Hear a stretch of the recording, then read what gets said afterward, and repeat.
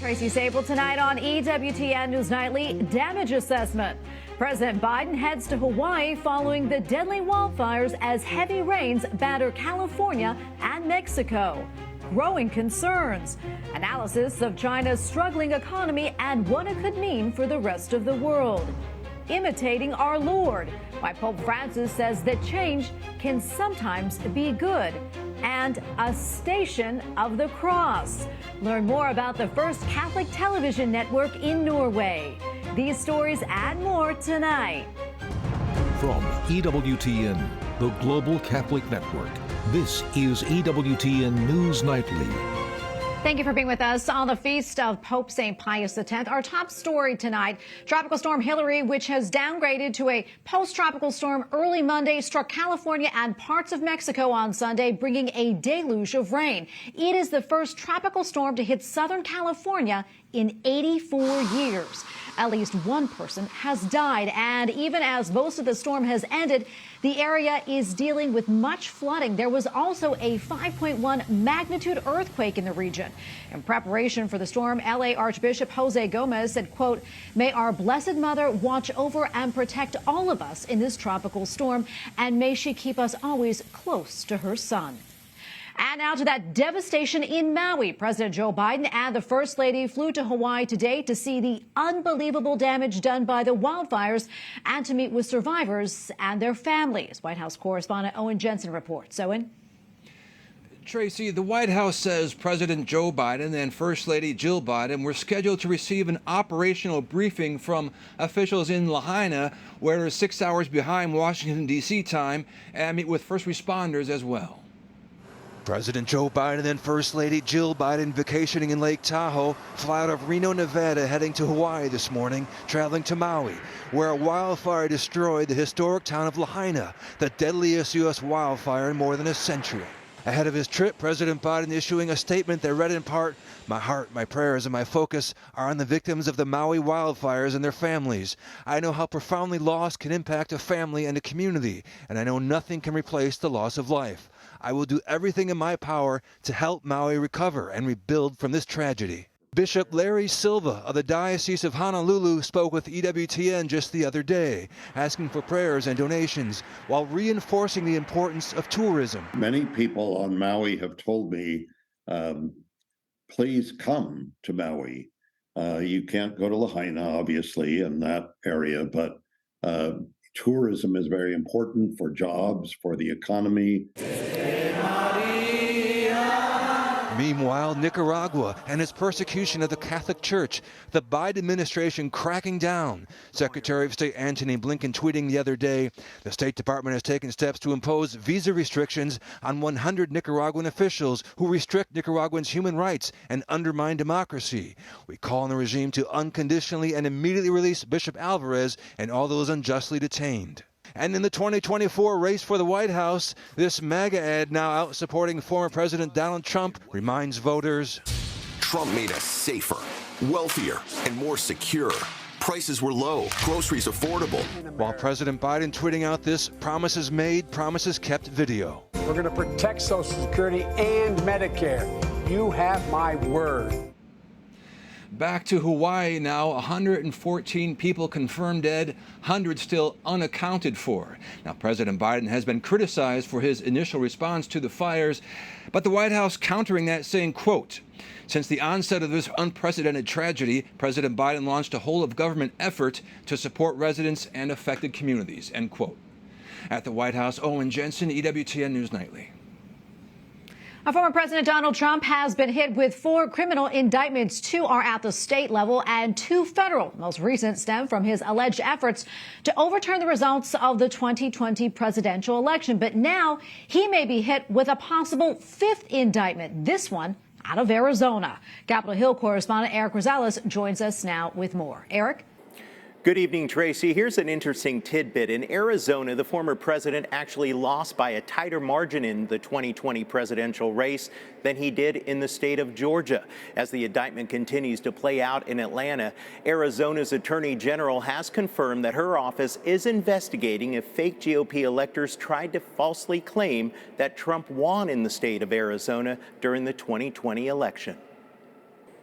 We are doing a thorough and professional investigation, and we're going to do it on our timetable as justice demands. Arizona Attorney General Chris Mays recently confirmed her office is taking a serious approach investigating a suspected election scheme in the state. 11 alternate GOP Arizonans signed documents declaring Trump the winner. They claim to be the state's authorized electors, but weren't. Already, alleged fake electors in Georgia and Michigan are now facing several felony counts.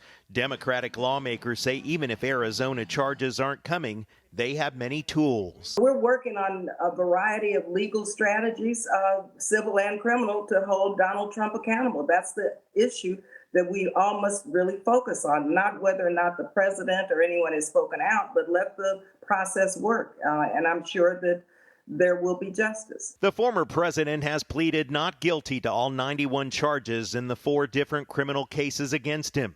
Trump responded, calling the Georgia DA, quote, out of control and corrupt, and adding, quote, it's part of a witch hunt.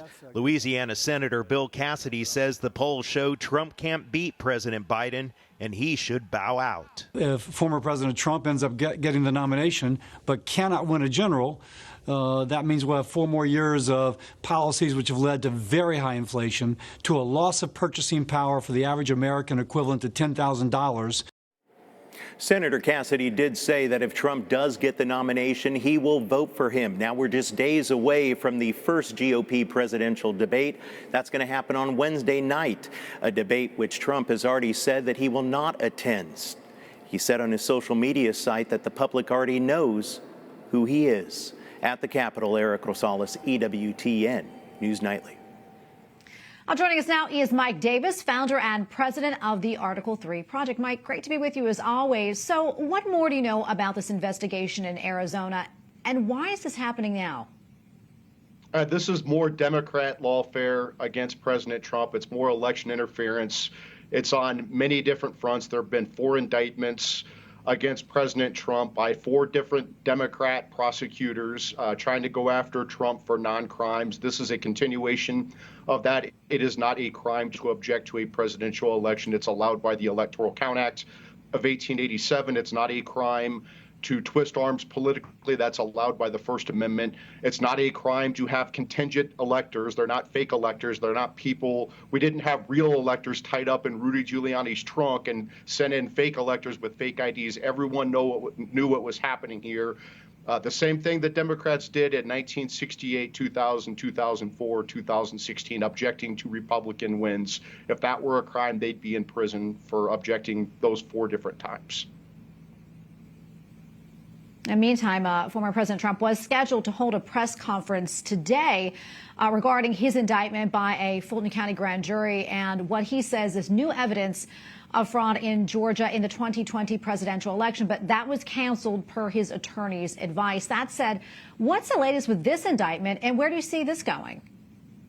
Well, I mean, I think this is lawlessness by this Fulton County DA, Fani Willis. She's obviously a partisan Democrat operative, and she is continuing this lawfare. There's obvious collusion with Jack Smith and the Biden Justice Department. She was asked about that at her highly inappropriate press conference, and she declined. She talked about just about everything else, but she declined to talk about her communications with Jack Smith and the Biden Justice Department. This is obviously coordinated to go after Trump. They waited 30 months to bring these indictments against President Trump, and now all of a sudden they think they have to rush to hold these trials, 4 different trials in a row, maybe 5 in Arizona, 6 if you include the New York Attorney General with their civil fraud bogus lawsuit against President Trump. So they want to have a 6-front lawfare against President Trump, obvious election interference timed before the presidential election on November 5th, 2024. This is not going to fly with the American people.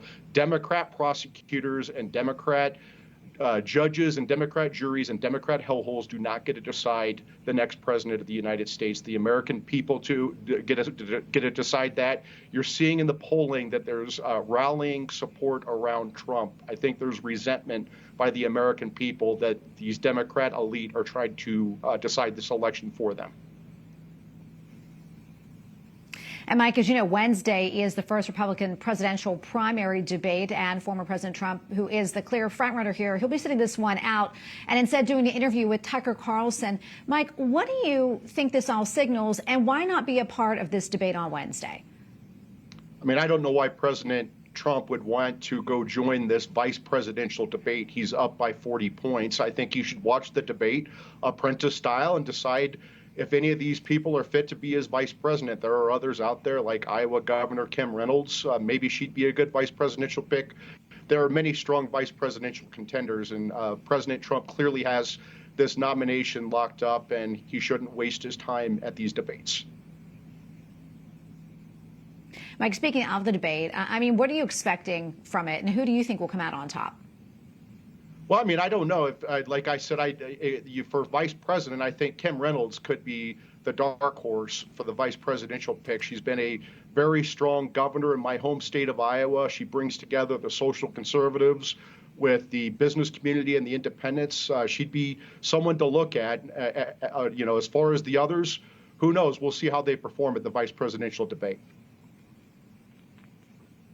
Mike, we have about 20 seconds left or so, but quickly, what else are you following? There's a lot going on, and I would just say to these Democrats who thought that this lawfare campaign against Trump would work out in their favor, they need to remember what happened with Kavanaugh. There were 6 bogus allegations made against Justice Kavanaugh, and each new allegation that came in undermines the ones prior, and Kavanaugh ended up getting confirmed for the rest of his life, and 4 Senate Democrats got sent into early retirement. We could see the same thing in 2024 with Trump back in the White House. All right, going to leave it right there. Mike, always great to get your insights. Appreciate it. Thanks so much. Thank you. We have a lot more still to come here on EWTN News Nightly, including help from the government, how the government in Pakistan is responding to the attack on a Christian community, and analysis of China's struggling economy and why it could be bad news for the rest of the world.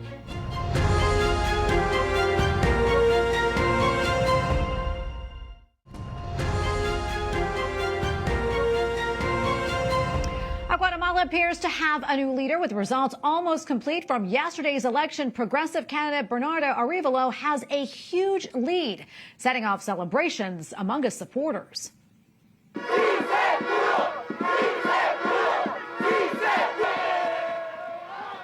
Many residents of the Latin American country express hope for the future and an end to the so-called corrupted government. The winner is the son of a former president. He has already reached out to Mexico and El Salvador in efforts to unite the countries. In the contested campaign, his opponent says Arévalo is pro-abortion and supports so-called transgender rights. Well, some relief will be coming to Christians who lost their homes in the Muslim-led riots last week in Pakistan. Authorities there have handed out close to $7,000 to families whose homes were destroyed or damaged. The prime minister says that every rioter will be held accountable, as around 160 people have been arrested. Meantime, the 2 Christians accused of desecrating the Quran have been found and arrested. Well, it has been a turbulent week for the Chinese economy as Xi Jinping's government looks to stop rampant deflation. The Communist Party watched Asian counterparts South Korea and Japan meet with President Biden late last week. Beijing slammed the summit at Camp David, calling it, quote, a gross interference in China's internal affairs. And here with us now with his take on what all of this means is Steve Yates, former White House Deputy National Security Advisor. He is currently the America First Policy Institute Senior Fellow and Chair of the China Policy Initiative. Steve, great to be with you today. First, I want to get your take on that meeting last week at Camp David and China's reaction to the meeting.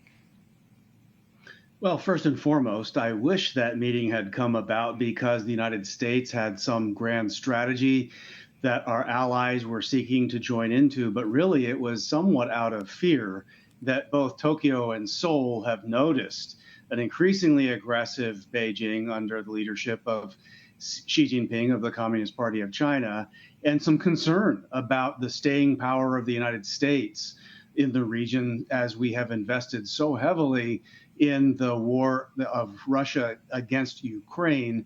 and there being questions from the Afghanistan withdrawal. So I wish it was a good reason for those allies to come together. It did result in some good scene setting and mood music, so I wouldn't take away from that part of the success.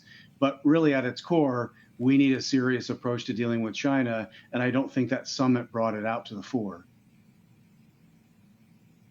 Yeah, and Steve, I mean, do you expect any countermeasures from China regarding this meeting?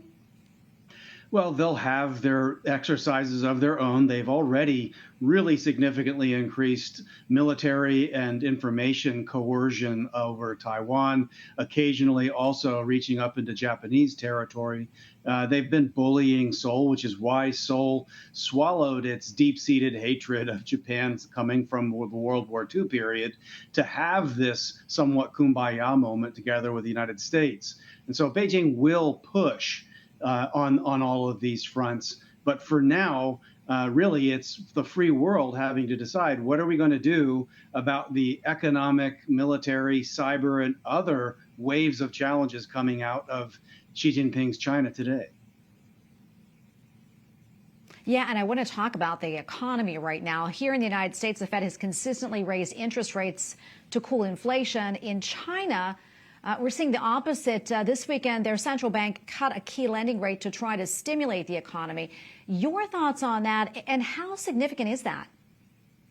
Well, there's a significant structural difference in China's economy, and I think we've had a lot of Western analysis coming from alleged China experts going back many decades, but also some market experts that impose our rationality there. But the communist system in China is real. It's not a pretend part of the Chinese Communist Party. There is a communist part of it, and they're not going to move toward a consumer-driven economy. That cedes control, and that's the other seed the Communist Party won't give up.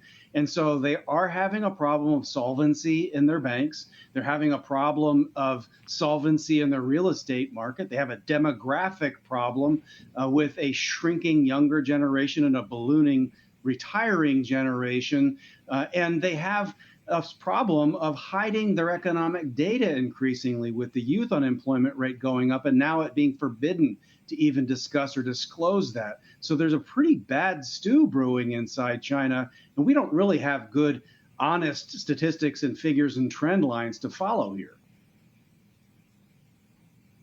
Yes, Steve, we probably have maybe about 30 seconds left or so. With all that being said, how do you think that will affect things for us here at home in the United States?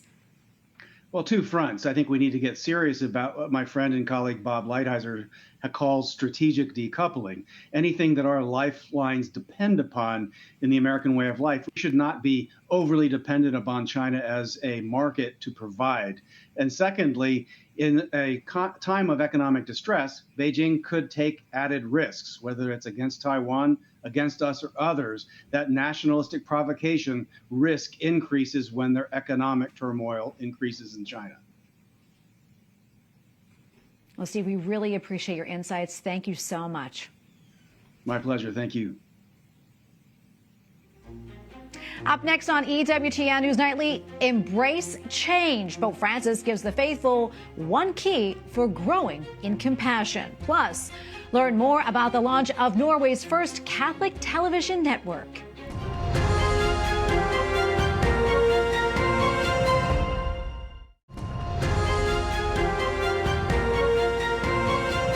Pope Francis says change can sometimes be a good thing. In a Sunday address to pilgrims at the Vatican, the Holy Father says Christians should imitate Jesus in being steadfast, not inflexible in their convictions, and changing plans can be a sign of compassion. Pope Francis also said this is what God is like. He is love, and the one who loves does not remain rigid. Well, the Vatican says Pope Francis is writing a follow-up to his 2015 letter, Laudato Si. That encyclical dealt with the environment and care for our common home. There is no immediate timeline for the new letter's release. Finally tonight, the faithful in one Scandinavian country have a new outlet for Catholic content. EWTN Norway began TV programming last week on the Feast of the Assumption. That is also the anniversary of the on-air launch of EWTN back in 1981.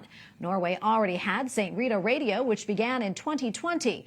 The Northern European country has a population of more than 5 million people. The vast majority are Lutheran. Around 3% identify as Catholic. We go now to Pal Johannes, co-founder of EWTN Norway. Pal, wonderful to be with you today. Tell us a little bit more about EWTN Norway and how that idea to launch it came about. Thank you, Tracy, and thank you for having me. The idea of EWTN in Norway, for our part, actually started the first day I met my wife. We met at church coffee, and the first thing we were talking about was that Norway is a country in need of some kind of evangelization. She's Hungarian from Romania, so she comes from a different culture, and I'm a Norwegian convert. So that was the first time we started talking about it. And during the pandemic and all those things, the churches in Norway were closed, and then we saw the opportunity to start broadcasting Mass from our local parish, which evolved from that into a radio called St. Rita Radio. St. Rita is one of our good friends and helpers. And about a year ago, we did the transition into using the brand EWTN Norway.